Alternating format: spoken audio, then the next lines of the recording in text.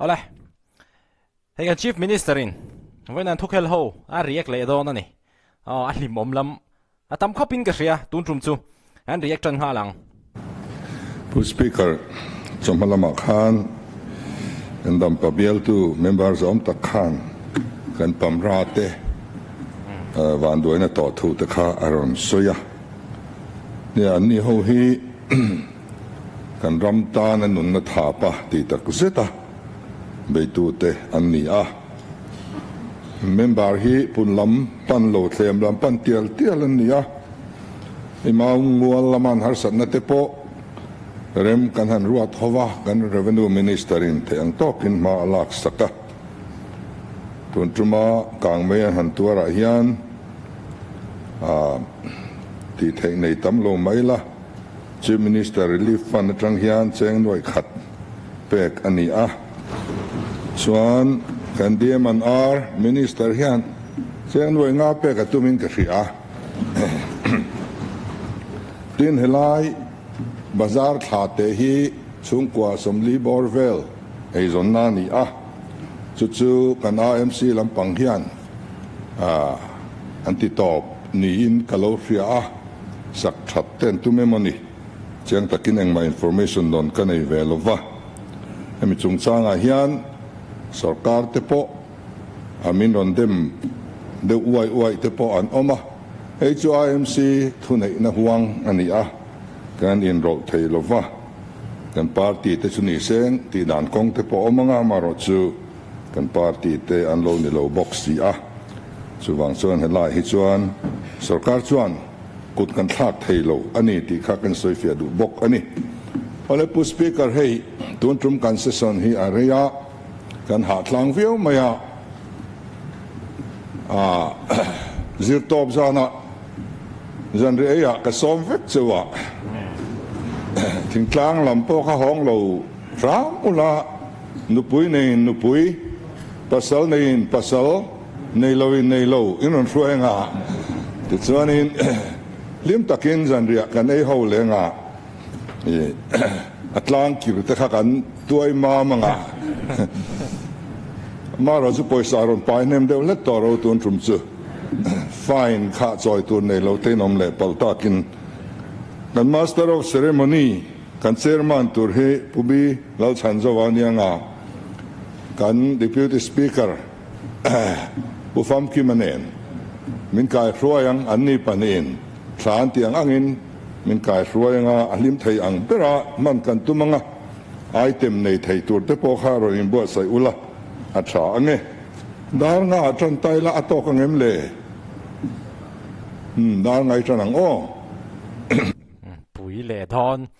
video han cover le ngei ulamo hey etia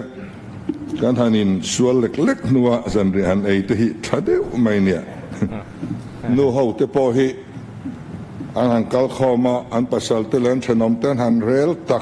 taka chumi no pathian tu han soi khong su ngai nom de mai nia when he anwam khop maya lom thu de li kan soya ka puro ba da pokha tun malam kan nun lui teron sir chuaka alung te poleng ve de oni garinga alo lung leng ve the ni mo te ka ti dewa kan campaign tak su atrul pot chuan itan chuan helicopter ka hayar meng ati thine ni tiang chuan antia nula le tlangwal te tan po hian ani ngai zon tan ti lai in fiat chian tak ma hi angai om du via mani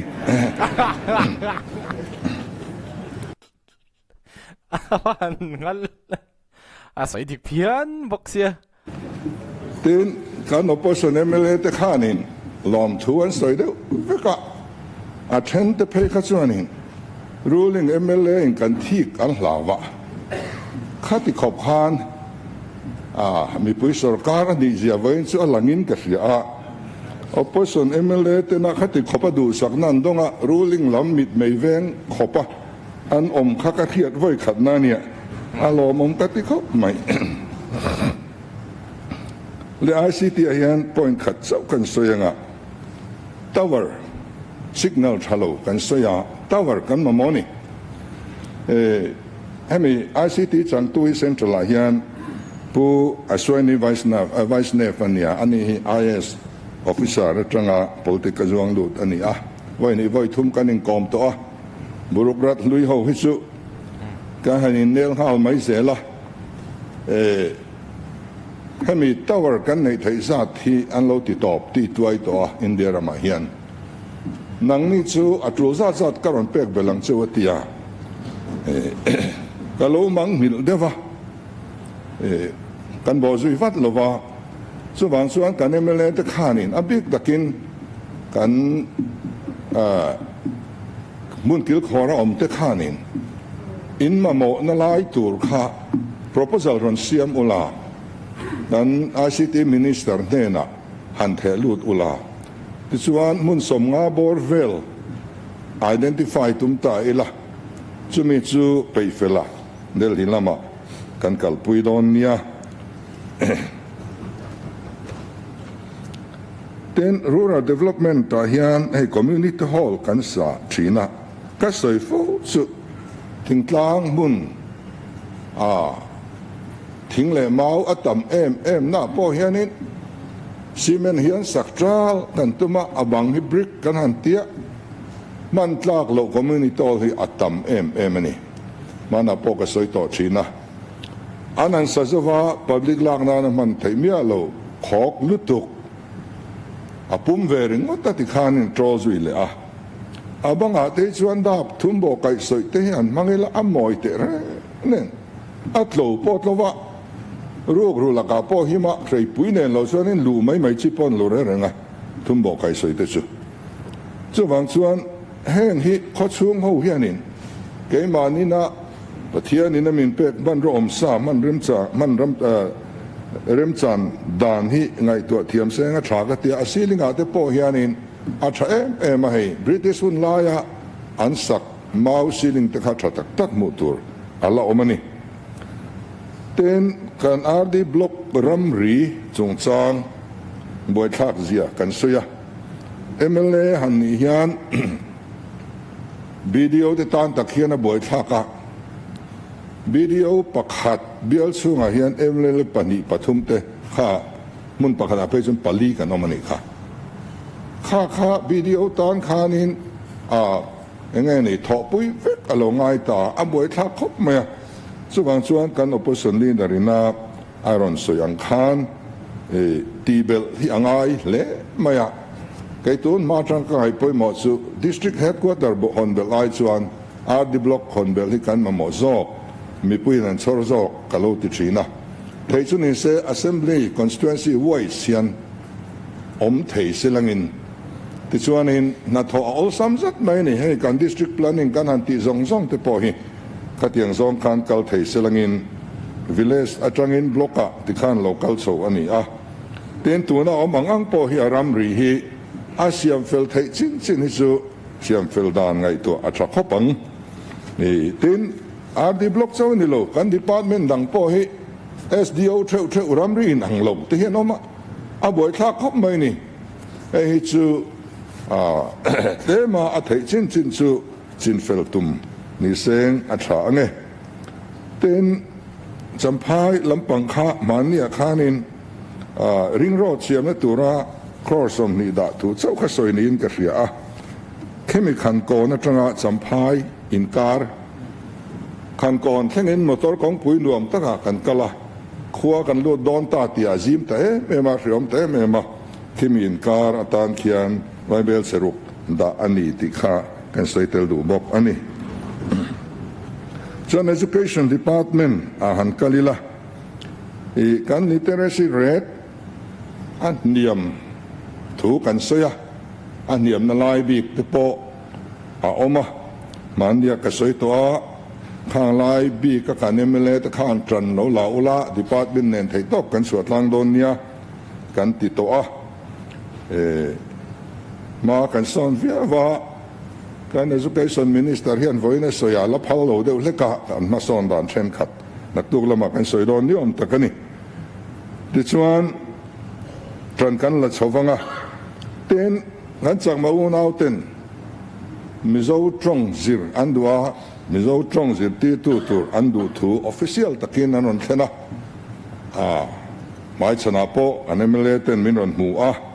kan process tir me ka alom katikop maya trong phiệt lộ hi buổi thác khóc maya ka puare ma te po ka về lang chen ti point in ti zel me ne trong phiệt lộ chan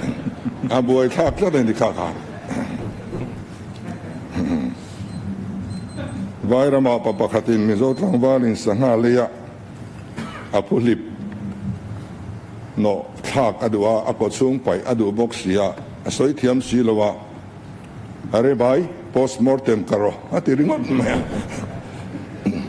atiang kha trong riat thiam lo chu poina ni tin azir tir tua po hianin local area mi azir tir thai tur kan in dai ni kan nei ni an ti te pok ha department hianin chin chia se thangotin karinga mundang dai mi posting an mu velea transfer dan kherle ngal lar tur kha da khan om zia nei lawang chuwang chuanin heng hi ngai to that le mai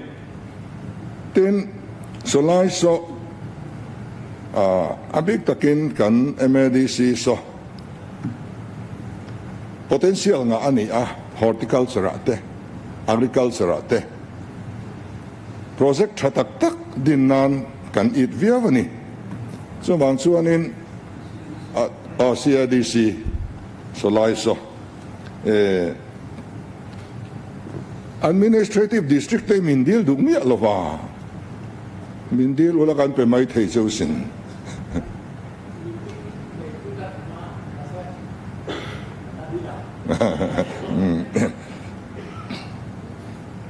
solai so administrative district vena taka kan ho tu te hian ngaya maro chu kan ti jung thayang kati na lam chu ani lova tin education shrim hian chuang ne kan kal angaya sarkar sikul thayang to kan siam that angai tu na kan sikul han en hian a building chelutuk a environment shrim chelutuk rilu pot niam duai theitur khatiang ang achung furniture le angkim kha aniam sa shrimma chuta zirti tu kanin dai lo em boka chuti chungchuan competition exam tling turin kanin be sei loi boxia kan higher education te kan college thleng hian chutiang chu ani le furmaya chu bangsuan hei hi thei to kan thuam that angaya sarkar point poisa kan uilo angaya atu langzelin poisa po kanin ngai to bel tura ngai ila chu kan malang na tur kong pui pakhat ani chumi shru la chuan PPP me tho ta kan kal hi angaya chu lampang chu ron na te po kha oma mania 7 day sikul how to te khu an lo lenga sarkar ina upgrade zinga khan an lo oma min upgrade lo mai ru angai ang khan kanom lenge anon tiani achan chu sarkar ahanin rol tak sina khan managing committee khan thuan nei tamang lova an sikul kha achedon tran tatlatin an friani chu ani ve tlat awang hian til heng tinge kan kalkop ti rang ti hi kan educationist ten ngun takan ngai tu atrulin ka ria sarkar zirti tu pakhat kan lak hian a pension thenga kan sen so tur zirti tu pakhat ringot laka kan sen po hi ko fransikule mo public school ai mo granin 18 va petaila poisain thui tak chu chuan kongro aswani dikchia chuan train low zirti tu an ruaya qualification po niam zuak arzo kan ruaya lo tlem zo kin an ruaya pass percentage kan phak ngai mia lo ni hian ngai to na ati thui khop mai chuwang chuan sarkar sikul chei that ani rualin a management hi chu tual chung kuta da a infrastructure ni china rot na ang khan pulalte rot na ang khan a infrastructure te hi vati sak theila ani lo point sum ten va pui theila ko Francisco te hi a management a administration a va enroll mi lovila syllabus te a supervision le inspection kan ti chuan a tok mai examination te an kuta om sela ko Francisco la chuan zirti tu uluk takin an lani zuin mi an chor ngai lo sarkar sikula chuan angol ve po kan ban hlei theilo chu ni mole chuan hi tlat awangin khang ne na tho ho dan kan ngai tua ton ma district council hun lai an local to nga kan kal le te po hi a thai chin china a trul via wang chumi ri ru po chu kan put tel chhozel a tha ang a management hi a tha a sarkar an lu chia hian e abuai thin dik che chuan appointment atang point political appointment te loin alo lu ta ti khan abuai chhozel tlat ani chu sen so tlem zo ka sikul thazok kan nei thei dan te po thuang de kan kalpui a thawme ten sainik school hi pakhat chau kan neya kan sarkar tin lampang khanin hemi chief of army staff general Upendra Dwivedi hian Mizoram House minron chibaya lompuina te minron lana chumi tum chuan Assam Rifle son tur chungchang le sainik school te kan soya sainik school min perbel te wa kan tingon maya alo harna samaya state khata pakhat bak pek te kha alo ti lei theilo alo nia chuwang chuan kan nei chun hi kan ti that viau angaya mandeu khan kan han tloa Lion Major General tenem ni leng in lim teven function kan han nei puya athakop mayan discipline po tha ten Mizoram sarkar point kan thayang angin kan pui zela manilok po khan vai bel se khat ran puina kan pe ani tiang chuan kemi school ki kan man tang kai chho zel an chang kan riat a thang leang ten ADC area chunga sikul kalphung siam that chung chang area kan member ten insoya kha mozu ya tha katia I akalphung a system siam that angai ni salaisa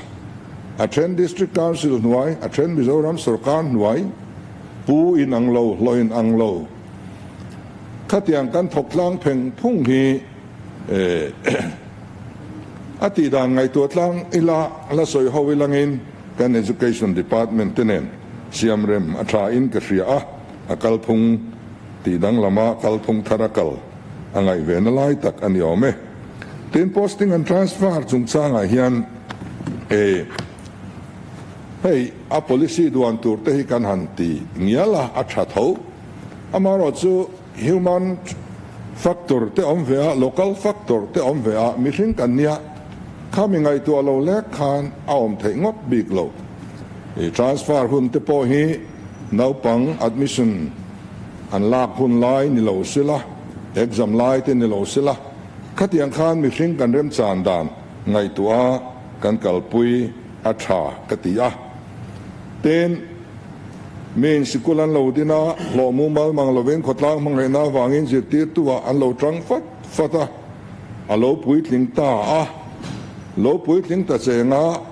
khodanga transfer an ni ta daya ani min son sa ki chuan kan sikula chedon tingoi ngoi te hian omani ani hian kan sikula mangaya antia NGO ruai tu ten lo ne ko fran upa te hian an lo ni to ne ka khwa khan khotlang mangai na tak tak thin lung te nen rong an lo mola kha khotlang om na po la hrengai mi lo te khak aya anon luta lom hek su chuak lom hek su khotlang lom hek su khatia kan ti khan kha zir na in khan a chiat pui nge that pui zok ti kan ngai tu tel turani chumi ngai tu na tel mia lawa kan ti pop rip no ti chuan a zir na bera khan tuar thei heng te po hi heng element ngai tu chung hian kan kalpui angai leni tin nai ti hi a tangkai turangin kan lamang tangkai thei lova voi khat kha kan sarkar no khan an ho tu pa ber khadel hi tra lokala NIT nge na lak chung chang vela thil fellow kha lo om viang mai emani don ni ti chuan so ta zema boka amun kaltur kha thleng thei lo turin MZP ho tak mai pung kho ma an lo dang ti ka hria ti chuan ka phone lo la kal hri lo la ka vakal ma support ang ka tia chuan zirlai thlim pui jinga an lut ve top maya asir ina roi tu tenen kan hanin bia kan institution poi mo ni sia no tu pa ber kan ti lung ni lo hi chuan kan tan po poi theya lo dang khomoi ve mai mai ula du le enge model te point tiam tir ula chuat ram te wa function mang thei mi lo wa hon ni chuan a thalwang kan in tia kan zirlai ten an threthiama ti chuan ama ka phone hey ti din chuan lo ti ding ang chenga har san na lian I to ka ring lo ve I kal tlang thei mayang enge mo commitment I siam ve te pon phuta I siam thei chin chin I siam anga ti chuan function zo a ka bang lai lo kal don nia kan in kom don nia ka ti function zo a lo kala ko lai zir lai te na an demand thil te po ka ti yang ti in a in tiama ti chuan khata tang khan in mel rian na thatak kan nei chowa atir taka chuan kan choi turan ti kha clearance la hot lo khan an lo ti ve bok ani kan sarkar te khan forest tan chuan athinur thak ve ni kha kha chu ba chuan kan in tong kola vaibel se som ni pa ni ani choi tura min ti kha chuan kan han be ngat na ta vaibel se som palia an tla tha ti chuan minister nendel hia kan an soidun le min wef sakro avai hian kan tia team karon tira nga chuan chumi zo kan in beledon nia tia team aron tira vaibel se thuma an tla thale kha ba khasu a complete waiver khasu anga mombik to lo ni te ni a minister khan kan thethiama en poni se mizoram sarkar ni lovin NIT in he in choi ve turani in contractor te tang point in sok thave mai turani kan tia ole an tia isuan an mani pek tura kan da te de nge ani chu wang chuan kulai problem ku chu nei lo tura kan in ngaya in horticulture hian han lut le ila ei ministerin balna tuide mai min khilaya voin chu lom khop mai pai phi kan soi le thina ei kami mal ngai dan hi department ho hian ti puitling thei tak mo pai hi kan mamwa pai ka mo reizia hi kan ria ka huan tan hianin pai hi a chia hen ka zom na sa thei khopa subsidy le tur ngot po kha kan han mu le thei lo chin khania chu wang chuan subsidy le tur na nai chu engang an du to le tur hi kan chop lo ka ti ani vaibel se tamai ka ring lo reng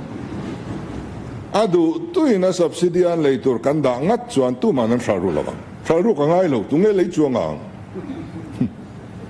alom lo reng an ma mo mak tu manan la long nok sak mai mai ni so wang chuan in hi chu a department hian ron ngai tu sela poisa ngai za tu te po ron estimate so sela kan ti thei mai ka ringa hi du to ka pai phi kan pek thei chuan huan nei tu tam tak hi chu anin to del ve thei don ani hei te mai awanga che thei lo hi an tam khom mai leile te po ani tho mai tin a koil pakhat pania hai chen kha kan la chi nge mo patia a kha chin to lo tur kan ti kha koil khat ni na koil ni chan tir kha aram louisiana a kha chin lo tur kan ti ani kha tin cold storage poimo dan kan thedon tron chawa kan han holding noya peichuan a poimo tual dona heng hi a poimo na le thlai chin tamna thar tamna pianga kan thei chin chuna da kan tumanga kha istui pui bial tu MLA zom tak mai po khani min ngai poimo ve tu a ti deu wa in biak dane zir te po ni zelang chu ti chuanin cherhlun kha je ommo in thanlai kan thu tiam kha ke ma ngai point ka han tiam kha cherhlun atanga ngoi zol WRC pan na tur kha kha hei tu na chuan vaibel sanile noi sari makta duai sari kanda filto kamiata turkhanin tin thai chi thai chi man tur kha kan be sei dewa department atangin ei chu department a hian I be sei lo tengwa MLA te hian I peve mengu ke po ka bial thai chi chu ka fan atangin a thonin ka la pe ziani opposition kan ni lai tang to in chu wang chuan heng hi thil tamani lova kan bial a thai chi mamo te chu kan fan atang te po hianin an ngai to veila a thavia vin karing ten kasunat hi a tha ti kha kan ngai tha a kan dam pabial tu MLA sa om taka tang khan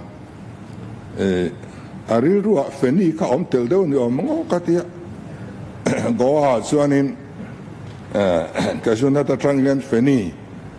an siawa ha junia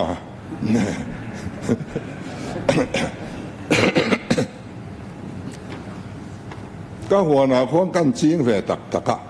angai na sa alora han lovila ai do me ma ai tak der silova tom no a han atui ka kai vai chana re thei der to bok silova asa zupum puilai te chau kha ai tak ania goa chuan a theya kha an sora fenia an manga an ming than pa khovela ke ni chuanin khami a ke junat asa zupum pui lai te kha kan nei du chu ani mai sia kan han lo ve a song bol kan pe lo ni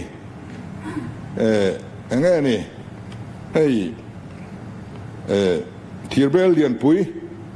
sam rifle ar kan na kel kan na tiat vel mo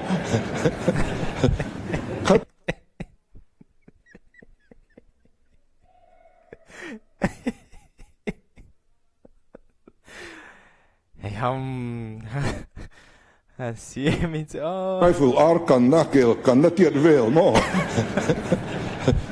khatia nga khan balu chuan sata khatia zukta a vilngat na da chok hangaya a han khele hangaya a boi kha lo to ka ti pe lo wa ka suat ka tia shithil suat har takani a han abul re ta pok hian han kit thlui la a lo chor le re lo te kok ni ron thleng ha ze maya pai le ngai te kuan ku menga ma za khatia ti nu khan a thi thei chok ni chu tiang chu ne kan ram chu angai thlo tin ka ria a hei hi war du tan chuanin war chi nin ka ria Speaker khoi bok ani khalai kha question a processing machine kha engani portable atam me Bangladesh akwan chu ya kan information atan a thakop mai ma sengin zu asiam thei tlan mai kan ti vak lo wanga ke ni hi chuanin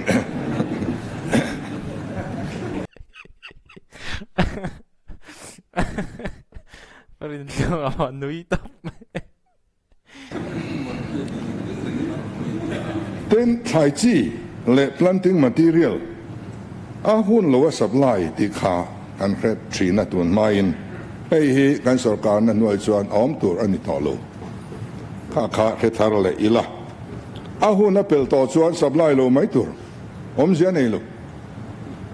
a hun a nge kan pedon ni chuan kan in ready tur ani ringot mai ni ten sap thei hi war kan tuma passion fruit antia kan war tak tak nuwa phei chuan Mizoram hi land of passion ti te kan la lo don ani moi ngotang ei ani le lo ve chai i lar pui me the ni o le of passion ti ka soi to kan sin reng hian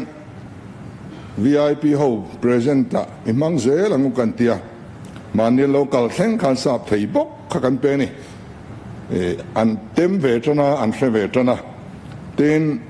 emi eng fresh ngan kha kan Reliance Fresh te hianin mun za som thum pakhata Kolkata khuan an retail sopa khuan kan so thing tenen an zuwa tran dona tunai chon season a chiat to wang hian ti turan hlewak lova India kho pui zong zong an zuar dona ni kan sap thei hi an riat vek chuanin kan chom seng lovang Kolkata kho pui ringotina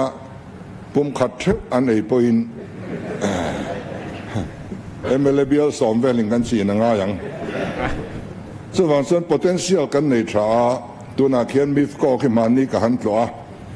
khami kan sor na call te kha alola tha a tuna khian call kan pek bel dona kan mis ko chairman hianin a pu thajwala hian atui puya a chin tur po anti pung don ani chu tang chuan sa thei hi kan sum nan liana man kan tum me ka tin mau hi kan soyang khan mau chunga yan thu nei tuan tamang reng khop maya forest area and plantation area ni chuan forest in thuan nei ni forest area ani lo chuan horticulture in thuan nei ve thunga a plantation te le aram tro te po khan yang chu ki ve le khan commerce and industry in chang ve thunga ni ki an ni chi a process an ni khanin tiang chu ain khai rian dan ani a ti chuan in heng hi kan han holding support a kan han holding noi hian kan tel veka kan tel lo mu kha kan til leka kan tel vek ani tuna po hian in emi component pahni ron ti tu zinga hian in horticulture hi a chang tampol ani don ani emi support price kan pek big thai panga bu fa abu hum telin kha ka support price kan pek big ka te kha kan identified crop a khan ni ta aba ka kha han holding a hian until lo ti na ani reng lova until veka tuna po hian kan han holding sum hi andong dona tuna hian emi chief minister special package a hian khorsum ni kan da chu mi atlembera mi noi sang ni a khabar dona mar chu noi khat vek khan kan sem don lo wangin a tak taka chuan chu ai chuanin progress partner khan tam thei don ani pilot project ani wang khan a lo thing tur thana te kha an ni a lungtlai west a te po khanin karin danin a lo thing thei tur an thlang ve ni mai karinga le a lo dong thang to te kha chu lo ol ve de to po ni seng na om ve tho ka tia ZPM ho hi atai ma kan nia kun na thongai na kan nia an lo thang de ani point an dik tu ten thinga ngai kha chuanin a tha kan pom mai tura kan nga ya tiang chuanin kan thai frang hi han holding noi hianin an lut vek zo kani zon na atana hei han ti thei ang chi zong deu tho hi han holding a hian an leng veka chu chuan a cover so mek vek ani a ti chuanin kan han holding ata na kan sum da po hi tuna ri hi chuan tuna selection kan han siam atang hi chuan kan mang seng don fri lova le lama so thing le mun pia vel le na tura khalama khan kan kep thui thei donin kan in ria tin chumi ba ka chuan central lamin minron tumpui te pon tum ning kan ria kan agriculture minister delia thang meka MIS atang hian crore som thum vel board chu anron be se hodon ning kan ria tin mania local doctor vk pol kha kanin bia crore za tal te sumin pek bel sumole katia chu kan lo ngai to don nia atiboka chu wang chuanin kan thai thar le na le etiang vela hian hek viau mai langin mi puita na kan ti ani kumina mun phia le so thing atlan yama ZPM hi lo sarkar lo phei lang chuan eng tin tak nge no mang ti hi ngai tua phak lo ani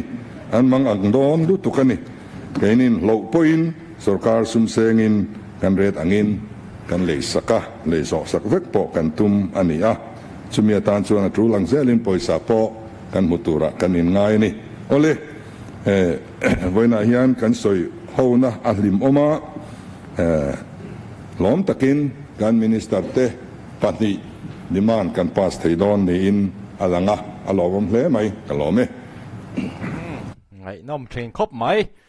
a beng var thak bok ka riak vak lo ni ka ngai chatui le to ke ma pon mo bak han ri chiam tur kha om lem lawa tun trum chu ngai no ma beng var thak bok ti khanin kharang o